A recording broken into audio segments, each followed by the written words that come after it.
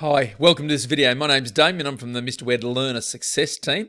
This is going to be a bit of an epic video, I feel. It's about assessment planning, and there's a variety of skills. In fact, quite a lot of different things you'll encounter during this Certificate 4 in Training and Assessment, whatever course you're doing. A lot of skills, a lot of different things, but assessment planning is one of those critical things. So what I'm going to do in this video is basically lead you through the process of how we create an assessment plan. So it's an important video, and this is one that you might want to watch 2 or 3 times just to catch the details, especially because that's likely to help you with your assessments as well. So there's a lot to learn here, so let's dive into it. On the screen at the moment, we've got an example of an assessment plan template. And I'm just going to lead you through that. And we've got one here that we've pre-populated. But before we dive in too far and start looking at the template, the first thing in the template is the unit of competency. So we need to just check a few things about the unit of competency. So to identify a unit of competency and go look at it, we need to go to training.gov.au. And specifically, the current reference at the moment is training.gov.au/home/TGA. That will take you straight to the page where you can do this search for any unit of competency. So let's type one in here. Okay, then we're going to search for SIT XHR M001. So we'll do that search. And it's come back with 2 results. It's come back with the current unit, which is that code that I just gave you, and also one with an A, which is the superseded version, a previous version. That's not unusual because when training packages were streamlined, they used to have an A or a B or a C code after them before that time. Now they got rid of all that. So with the streamlined training packages, this is the one we're going to want. You'll see here that the usage recommendation for this one that I'm about to click on is current. That is very important. I'm going to show you that again once we go onto this page. So I'm bringing up that unit of competency, and here it is. Basically, if you've chosen a unit of competency or a topic or something to develop your assessment plans on and you can't find it on training.gov.au, stop work. Just stop work. Contact Mr. Wed and say, is this course I've selected appropriate to use for our assessment planning purposes? We may very well say no, because we do need to use a unit of competency from a training package or an accredited course in different spheres.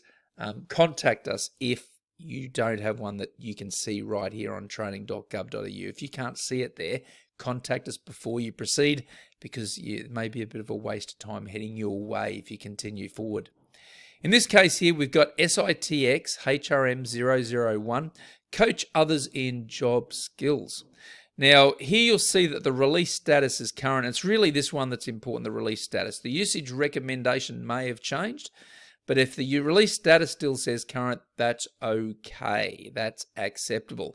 In many cases, you do want to use the one where the usage recommendation is current as well.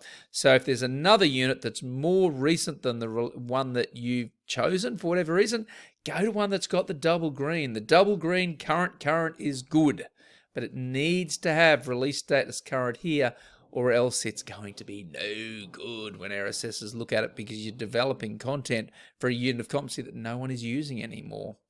So this is the unit of competency detail, and you've probably seen this in previous to this video, and it goes down, it tells you a little bit about the unit and the qualifications it's in and the skill sets it's in. Further down, you'll see the unit of competency detail, the history, the application. You'll see the important stuff, the elements and performance criteria. Here are the elements and here are the PCs. You'll also see the foundation skills, okay, related to language, literacy, numeracy, the ACSF core skills and other employability skills. And then down below, the assessment requirements, the critical performance evidence and knowledge evidence. They're things that we're really interested in, and the assessment conditions. These are all this is all information that needs to be satisfied during the assessment process as well. So if we pop back to our template that we're going to complete, you'll see that we've written here the unit of competency code, the unit of competency title. The release status is current, and remember that comes from the previous screen. Actually, not the previous screen, up the top here. There it is, release status current. Okay, just copy that in.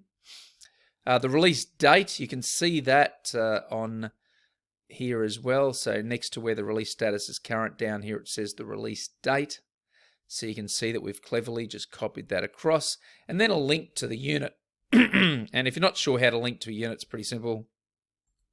Go up here to the address bar, click Control-C, go down here into your template and click on that space and go Control-V. And copy and paste into that area. Now, the purpose of assessment is the next part of the template. Obviously, it's to assess that unit of competency, but give us a bit more information. Don't just say to assess this unit of competency. Give it some sort of context. And here we've said that it's all about checking their ability to conduct coaching in specific job skills, which makes sense because the unit is about coaching others in job skills. Target group to be assessed. This will vary widely depending upon what it is you're assessing and the context that you're developing. Why would you be developing this unit of competency? What sort of people might you be assessing? That's what you want to tell us about in the target group. Keep it relatively simple. Now, I'm not going to read all of these responses that are here. You'll be able to see a copy of this example through the online training that's provided for you at Mr. Wed as well. But this one is going to be for team leaders from Kakadu Tours. So it's nice and creative.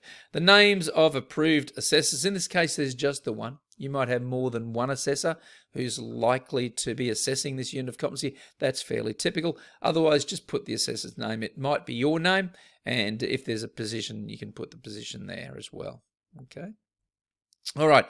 Now, we start to get into the creative process now of the assessment planning, where we have to decide how we're going to assess people. And that's what the plan is about. We don't develop the plan for one individual person. We develop the plan for all the people who are going to require assessment in this unit of competency. And down the left-hand side, you'll see 5 different assessment methods. Okay, and we have training that you've probably already seen well before now about the 5 assessment methods. If that's a little hazy, you might want to go back and have a look at that because it's very important. And what we're asking you to do is to tick 3 boxes. Now, 3 is a really good number. Not 4, not 2, not 5, not 1, but 3 is a really good number because 3 gives you the scope and breadth to assess a unit of competency confidently. Okay, assess a unit of competency confidently. Don't say that 10 times in a hurry. It's going to go wrong for all of us. But try to pick 3. If you pick 1 or 2, our Mr. Wed assessors are likely to look at and say, you know what? We're teaching you to use 3 because 3 is the magic number that's used as best practice in industry. Please choose 3 because otherwise you might not be able to have a good assessment experience with your students. You may not be able to assess them very capably. If you pick 4 or 5, you may be wasting a lot of your time, especially because you're going to be developing a lot of assessment plans in this course.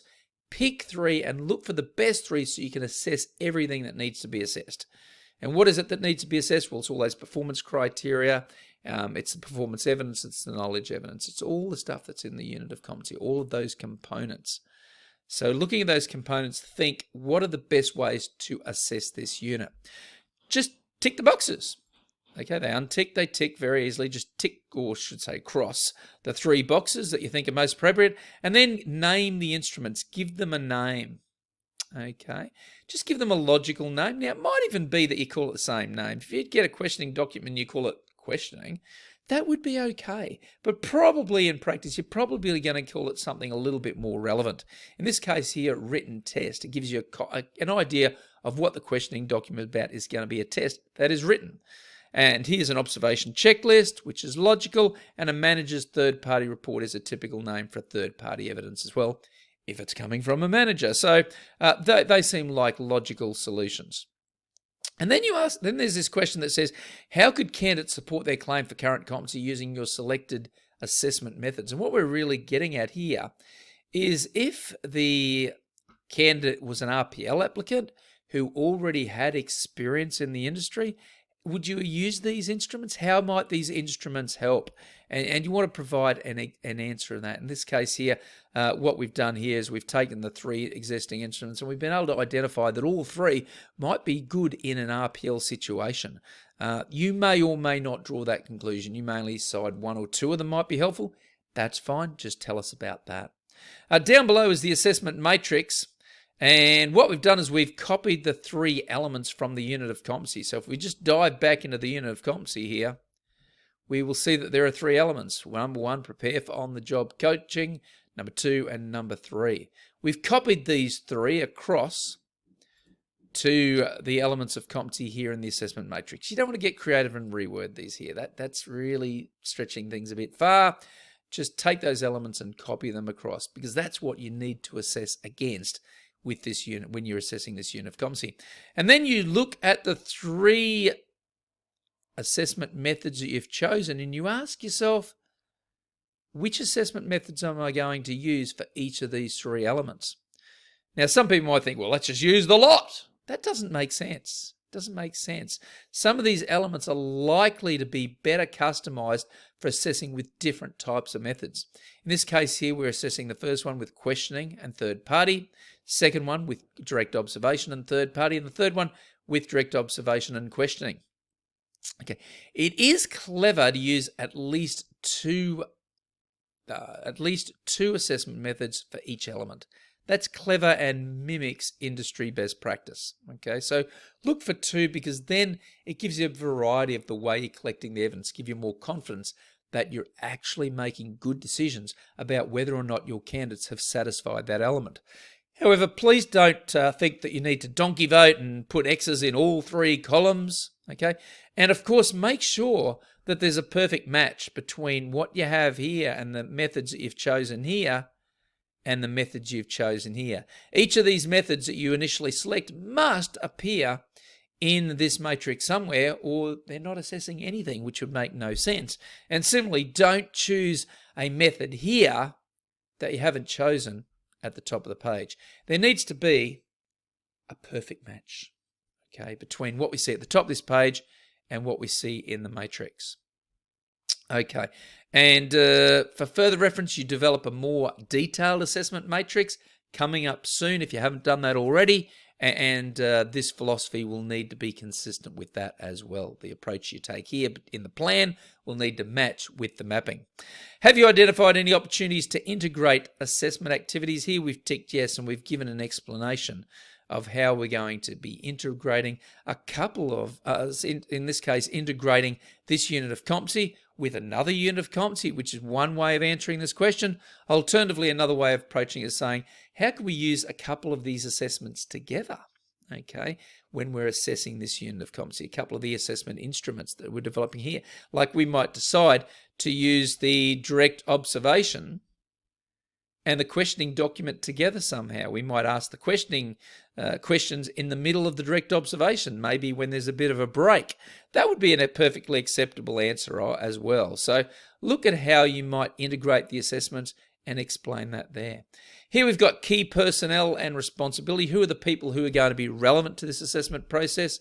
We've got a tour team manager and a training and development officer, and their responsibilities. So nothing too complicated. Just think through who are the people who are going to help us. Maybe they need to give you access to resources or something like that, or need to help you organise the assessments, or need you to process the results of the assessments. You can speak about those types of people in that section. The place or context for assessment to occur. Talk about where the assessments will be conducted. In this case, it's all about Kakadu tours, so we talk about Kakadu tours and how it's going to be organised. Next is workplace standards to be incorporated. As you're developing these assessments, what specific things about the workplace standards where you're going to be operating need to be relevant? How might you perhaps, be looking to contextualize your assessments based upon specific workplace standards or particular workplace documents that are going to apply to your candidates? And then think through the materials, resources, and any documents needed for assessment. So before we assess people, what are we going to need? And one of the things that's clever in this list here is a copy of the instruments themselves after we've developed the instruments, and then some other information that is required, some other resources that are required in order to undertake these assessments.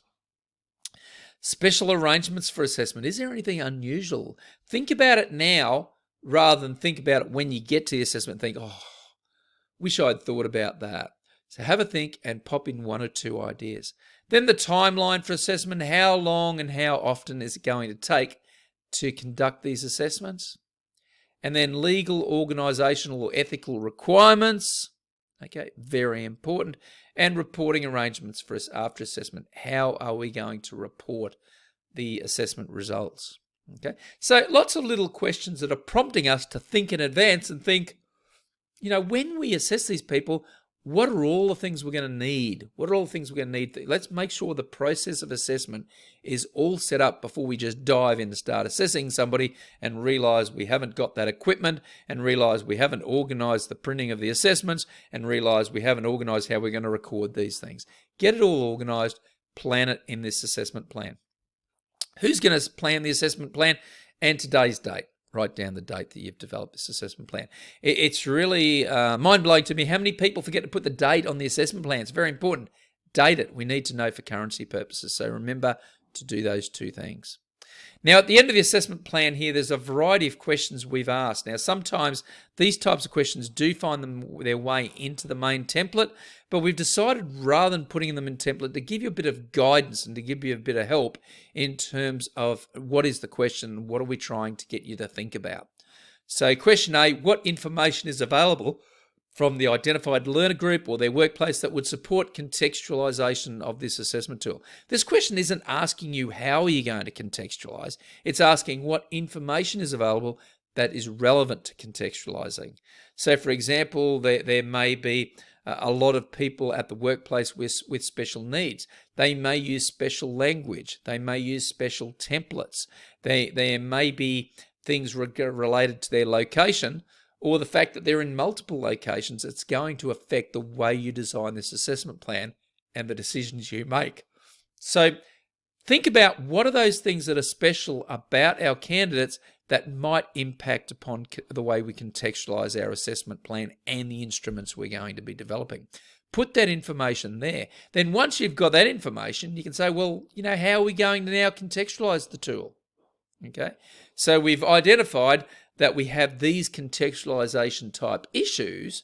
What are our responses going to be? How are we going to contextualize the assessment tool? We might have decided in number A that there's special language that is used by the candidates. They may all come from the same workplace and may use special jargon. Okay, you identify that in A, and in B you say, well, let's use this jargon. Let's use it in the assessment instruments that we're going to be developing as part of the assessment tool. So A is about what is the information we're getting that's going to help us to contextualize. B is telling us about how we're going to actually contextualize the instruments. Number C, long speech. Check the relevant contextualization guidelines found in the training package implementation guide that relate to your chosen instruments. And then it says, once you've found the guidance, consider how you might shape the development of the assessment tools for the unit and provide at least 2 examples below. Look, if I just sidetrack for a moment, we're back to the unit of competency again. Let's find not the contextualization guidelines, the implementation guidelines. Okay, the companion volumes. And the way to do that is right at the bottom. So if you scroll all the way down to the unit of competency, usually at the bottom you find this link to the companion volume implementation guides. You click on that and it'll take you to the guide. Click on that, download it.